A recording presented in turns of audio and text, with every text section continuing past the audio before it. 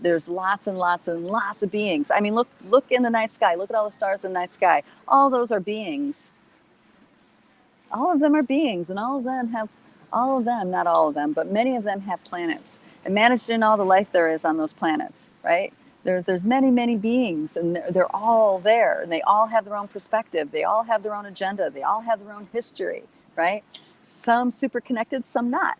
So it's up to us as sovereign beings to figure out how to be in right relationship with all that, and not wall ourselves off, but live and breathe with these beings, so we can see what benefit does their knowledge bring me? What benefit does their version of history bring me? How does it expand me? How does it liberate something inside of me? How does it clean up a blind spot that I once had? And this is actually the main point of the Sasquatch on why they shared their history. So we can not only see how truncated, our timelines are in our history, but also so they can frame up this understanding that when you have beings carrying the spark of life with, multiple races, I'm not talking about black, white, red, or yellow. I'm talking about species. When you have multiple evolved species interacting with each other, that is the quickest way to advance evolution. Okay? And a great example are the Sasquatch. Anybody who's had contact with Sasquatch had to grow, had to heal their heart, they had to heal their wounding. They needed to be able to really open themselves up to the truth of who they are, in order to just have the interaction with the Sasquatch being. Okay? You see what I mean? So that radically accelerated the evolution of their consciousness in a single lifetime in a biosuit by interacting with Sasquatch. Now, there's other beings that have been reaching out to humanity that have been living on this planet longer than this most recent seeding of humanity that are also reaching out. And that's the beings like the Yeti, inner earth beings, but they're found in the high mountains, right? And then you have the ant people. They also, to interact with an ant person requires a highly accelerated evolution of consciousness in order to just have a conversation with them, just to have an exchange of ideas with them. For them to even come close to your frequency, you need to be somewhere in a particular spectrum where they can reach you. Another great example is ETs, the whole disclosure movement, right? A lot of people, think about the mainstream human. Doesn't, they believe whatever, they believe what the media is. They believe, that they believe the world is what it is, right? They go to work, pay bills, do this. This is what this, now I'm an successful human because I have all these things. And then they have an ET experience that blows their freaking mind, and they question everything they ever thought about their reality. And then they're on this wild journey. That interaction just sent them on this wild journey. For many, it was traumatic, especially the ones in the old days. There's so many people that have had like undeniable contact experiences, such as they see a ship land, beings come out, interact with some other beings, then go back on the ship and take off.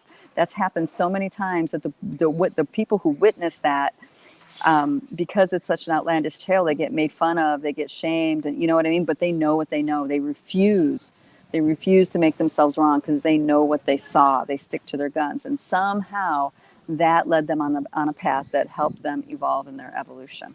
Okay, in their consciousness evolution.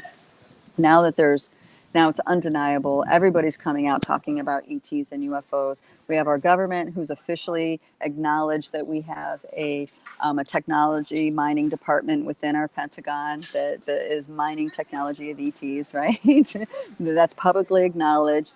We have all the work of Dr. Greer, who's done extraordinary work. I mean, I think he's controlled opposition, but still, he's done extraordinary work to get the word out there to people so they understand that we're not alone. And then you have all the lore out there. I mean, there's Indian lore, and I'm not talking about native indigenous tribes. I'm talking about Indians in India. It is in their sacred text, the Bhagavad Gita, that Krishna and the different beings and deities that are in their pantheon came in a chariot of fire. they talk about their chariots of fire, and they have depictions and drawings of these interdimensional beings and you landing. And I mean, so in the Indian culture, ET, UFO, yeah, no big deal. It's been happening for tens of thousands of years, right? It's mainly the Westerner that's blown away by the thought that there could be ETs.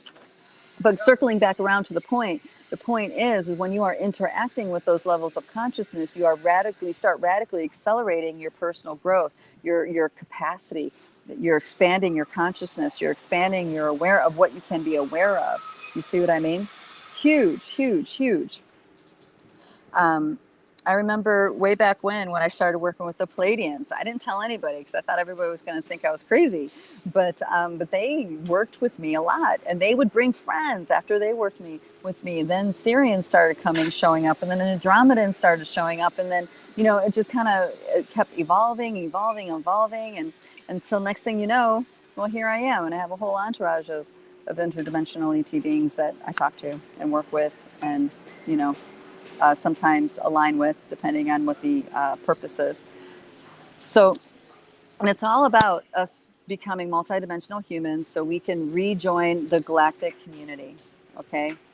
We can rejoin the galactic community and make informed decisions for humanity, okay? And how do we make those decisions? We make the decisions inside of our heart space, okay? Like years and years ago with the harmonic convergence, this is in the 80s, late 80s, collectively humanity put out a massive transmission from within their heart space that they wanted peace. They wanted peace. They chose peace.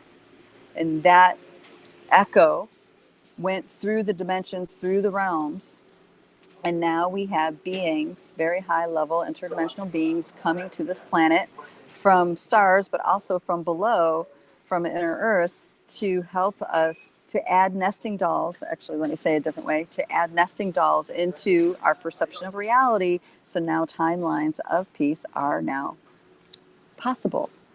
Potentials that were never possible before are now possible because of these beings bringing these additional nesting dolls of consciousness to our 3D realm, to us who are creating this 3D realm with our beingness.